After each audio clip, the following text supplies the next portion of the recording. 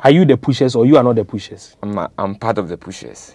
But right? police will not arrest you. That is what I'm saying, sir. They come to smoke with us. When they come, we don't sell the weed to them. And you give it to them for free? Yes, so that if anything happens, they can come and inform us. Okay. That is what we used to give them. OBIBINI Modern TV or Step 1 TV. See. Okay, so we are still at Chosen Rehab and we are interviewing most of the people here and they are giving us touching stories. And I have another gentleman by me. Your name? Kwabena Nketia. Kwabena Nketia. Kwabena, where are you from? Where do you come from? My dad is from Mebri and my mom is from Amanfrom. Amanfrom, here in Accra? Yes, please. Okay, so you are from Mebri. Yeah. You are a Kuyapim? Yes, please. Do you know your hometown? Have you been there? I've been there after completing my GHS. I went to visit my grandma. Okay, so which year? That was the year 2001. 2001? That's when I completed my GHS. Okay. Yeah. And then secondary school? I didn't attend my secondary school. Why? My drug life, that is what brought me into this. So just JSS? Yes, please. But you speak so well. It's a blessing. So 2001? Yeah. Who introduced you to drugs? A friend. In 2001? Yeah. How old were you? I was born in 85. 85. He introduced you to drugs? Well, when we completed GHS, we were about to do our GHS Leavers Night. Yeah. Yeah. So I was into a little bit music. That was the time when TikTok and then Bravo came out with their music. Yeah, so it was like we're trying to do some little music in our school. Okay. I attended Armed Forces Secondary Technical Alabama Camp. Oh, okay. My dad is a soldier. My mom's father too is a soldier. So we wanted to do something small in the school. So that was where I was introduced into this weed. So during the time, some friends were into weed already? Weed already. In JSS? Yeah. And so you tried it for the first time? Yes, they told me if I tried, I'll be able to face the crowd. So that was where I tried it. And in fact, when I tried it, I got so high that I wasn't able to even perform. Because there is something that they do already, which I didn't know. I was thinking we were all doing it at the same time. So I tried it. But then when I did it, I wasn't able to even perform that day. And when I started, I had a misunderstanding with my grandfather, who was then in the army. We were living at Abelempe here. What brought that misunderstanding? My dad was in Switzerland, and then he passed away. I was about to be taken to Switzerland before my dad passed away. So when he passed away, my grandfather was trying to help me so that I could go back there. Okay. Yeah, but he did all he could do too, and then it didn't go through. So it's like I became a burden on him. Sometimes he uses that on me, and then I got pissed off that. So I also retaliated. You fought him? No, I didn't fight him, but I also said things that was not supposed to be said because of what he told me. Because it's like, you normally say those things to me when you didn't see any good thing coming out from me after completing my GHS. When I started smoking the weed, the friend that introduced me in the weed, they sell it. So it's like, going back to school was not a problem for me. Because I ended on the street to also sell. So you were selling? Yeah. You were selling weed? Yes, please, at the railways here. After Alajo. Yeah. You were selling it? Yes. Please. Where were you getting it from? That was what I was saying, that the person that introduced me into it sells it. So okay, so he gives you some of them to I became a boy to him. Okay. When he goes and buy it, and then we process, and then we wrap it in rolls, and then he gives it to me, and then he goes, and then I sit there and sell it. So, have you been rearrested with the weed before? No. Normally, when we started selling, it's like the police depot people, those that are training, they come there to smoke with us. Oh, okay. The police, Yeah. those on the training, Yes, the people. depot. Yeah. They come there to smoke with you people. Yes, people. So when any time there's about to have a scatter, they inform us. So we get prepared before they even come. Oh, okay. So whenever there is scatter, they will let you know that Charlie today something like this will happen, but they don't know the specific place they will go. Okay. So we have to be aware. Yeah. So anytime they bring the information, I don't keep the things with me. I just place it behind, like far place. So anybody who come to buy it, if I don't know you, I don't sell for you. So if I approach you, I want to buy, since you don't know me, you even pretend as if you I don't sell anything. So you knew all your customers. Yeah. So from selling weed. So when I started selling the weed, you see, I was making money. Because sometimes you go buy the weed for, those times, we buy the weed for 15 CD or say 20 CD. And when we come and then we process and then we wrap it in rolls, we sell almost like 500 or 400. Okay. You get ×2 of what we used to buy, sometimes ×3. So I was seeing money from there. So going back to school was not a problem for me. I even left the house and then I was sleeping in the ghetto. Okay. Yeah. So from there, and then I was introduced into the cocaine. So at what point were you introduced to cocaine? As the person that introduced me into it, he saw that I was making money. With the weed? Yeah. So he introduced me into the drug. Yeah. That was where he introduced me into. And then, you see, we were staying at Abelempe here, and then I was selling at Alajo. So from there to the ghetto here at Vegas, yeah, it's just a stone throw. So he normally comes to buy it. I send him and you come and buy it, and then you bring it. And then we wrap the cocktail. That was where I started from. So you were wrapping cocktail, that's cocaine with the weed? Yes, please. The crack with the weed? The cocaine with the weed, the underweed. That's what we used to wrap the cocktail. Yeah. From there, and then I started hitting the rock too.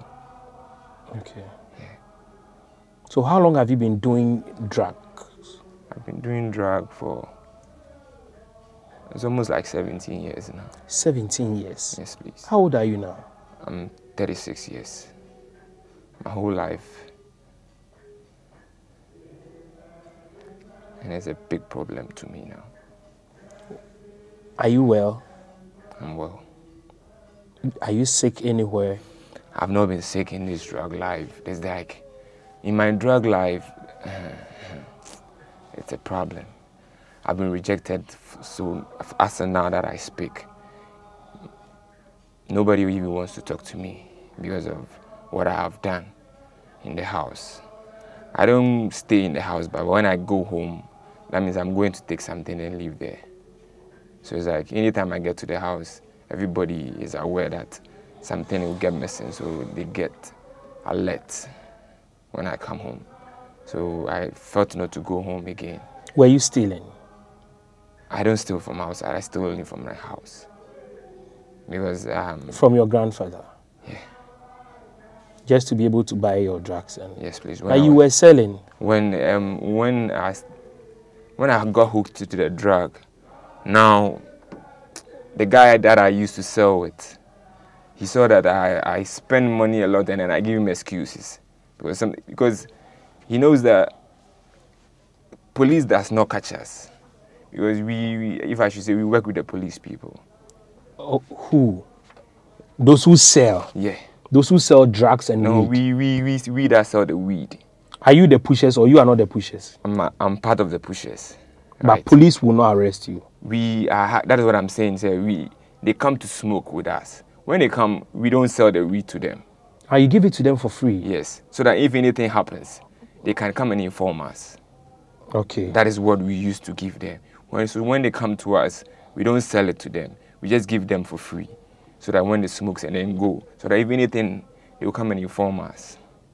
But in your line of duty, selling drugs, were you arrested? I've never been arrested before. But then the guy that gives me the weed, I started giving him excuses like, Sometimes they come and chase me and then I run away.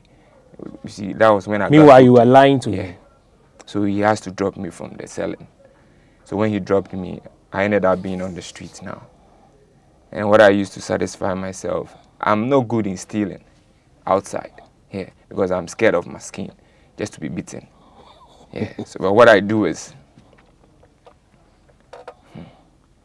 I dress neat and I go to town and I con people. That's what I used to satisfy myself. Okay, so how do you go about your conning? How do you go about it? If I meet you like this, I can greet you, excuse me, sir. If you stand, say, good afternoon, and you respond, afternoon. Okay. I'm sorry to disappoint. I'm sorry to let's see, sorry to interrupt you, but then with all due respect, I just want to ask a little favor from you. Go ahead. I came here based on a job hunting, but it's rather unfortunately, I've taken some instant passport picture and stuff that has brought me into this stage, and I really need to get home, and I'm starving. So I just need a little blessing of you, just to start my journey back home. That is all. You can be touched, and you can give me something. Sometimes they even ask me, so how much would you need? I say, oh, I need like 6 CD, 40 pesos. I don't call something big. Big. So something for him to know that you are genuine. So if I tell you I need 6 CD, 40 pesos, and you are touched with what I told you, like 6 CD, 40, you will not even think about it. You just... So sometimes I get 50 CD, sometimes 20 CD. I go to the mall. That's where I do my corning.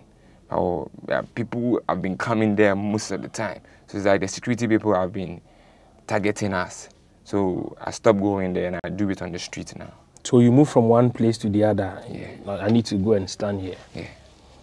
So that's what I do to satisfy my addiction.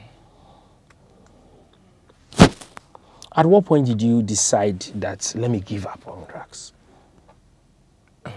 I met my mate, who's the assemblyman at Abelimpi now. Those times when we were in school, I write the exams and I give it to them to copy. I didn't even know he was an assemblyman. I met one girl and then it's like, I was going to con her. She was in a saloon when I went there. I didn't know she owned the saloon. He dressed neatly? When I went to the saloon there, I saw somebody driving there, so I followed the person to go and con there. So when I entered there, that was where I saw the girl there, who was my mate. So when I was speaking to the girl was looking at me, but I didn't understand the reason why she was looking at me. Because the girl you wanted to con and get something from her, she was your mate? No, the owner of the saloon was my mate, which I didn't know. So when I followed the girl there and I was speaking to the girl, she was looking at me, but I didn't realize she knew me. So when she called my name, before I realized that, who is this? And she told me, you don't remember me? And I said, no, can you remember me? And she called her name before I remembered her. And I said, wow. So she owned this place? And she said, yeah. So when I spoke to, after finishing with the girl gave me 10 CD. Said she doesn't have anything on her. If I have Momo, she could have sent me something. But I said, I don't have any Momo with me. So she gave me 10 CD. That is the balance of what she's going to use. So from there, and then the girl also gave me 20 CD. So there I had 30 CD from there. And I wanted to come back straight to the ghetto. And then the girl stopped me and then she spoke to me that, why? She's not expecting to see me like this.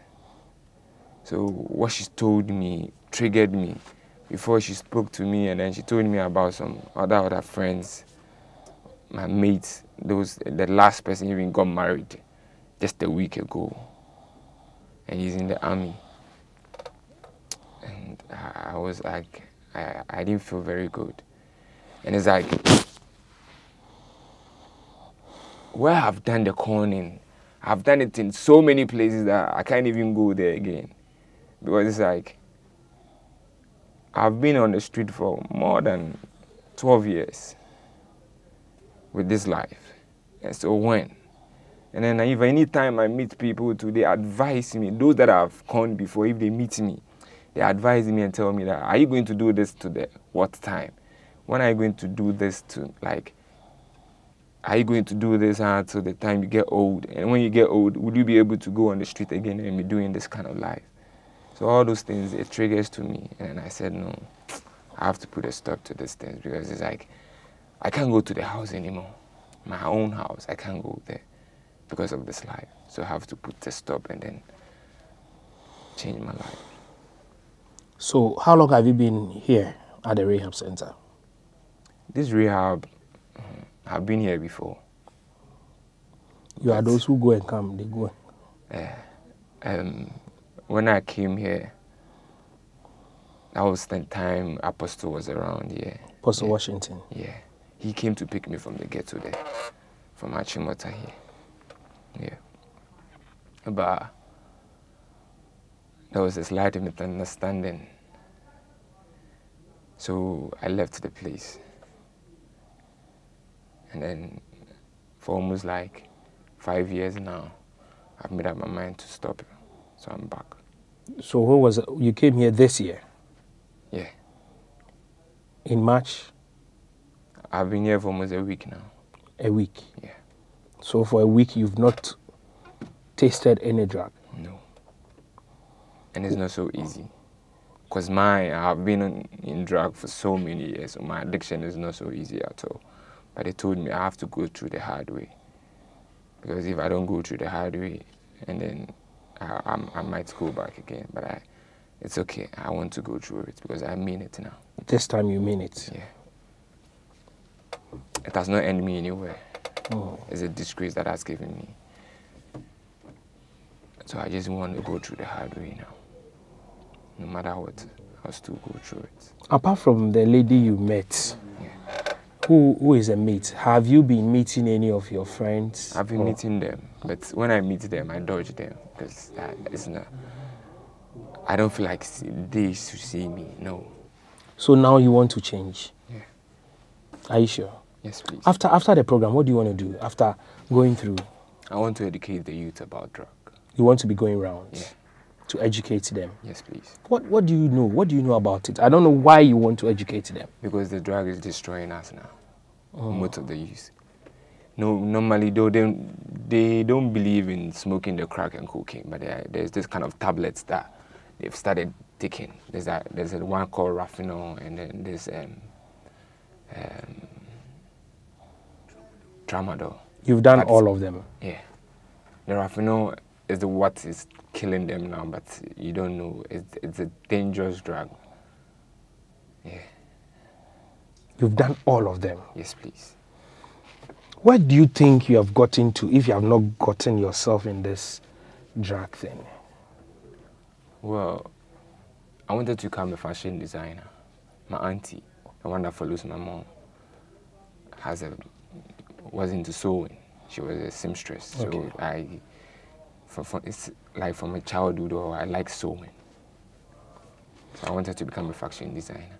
But along the line, I wasn't able to, achieve what I wanted to be. Okay. What if after your program, we want to sponsor you to a fashion school for you to become a fashion designer? I'm very glad, but yes, I still want to educate the youth. Yes, you educate them, but at least you should get something doing which can help you. So what if we want to sponsor you? I'm very glad. Okay, so we are giving you our promise that after your program, we are going to take you to Fuji Fashion College. We'll take you to Fuji Fashion College, and we are going to sponsor you for you to become that fashion designer. Okay. Yeah, so we wish you a good luck, and we'll keep checking up on you. Okay. God bless you. God bless you too. Thank you very much. Welcome.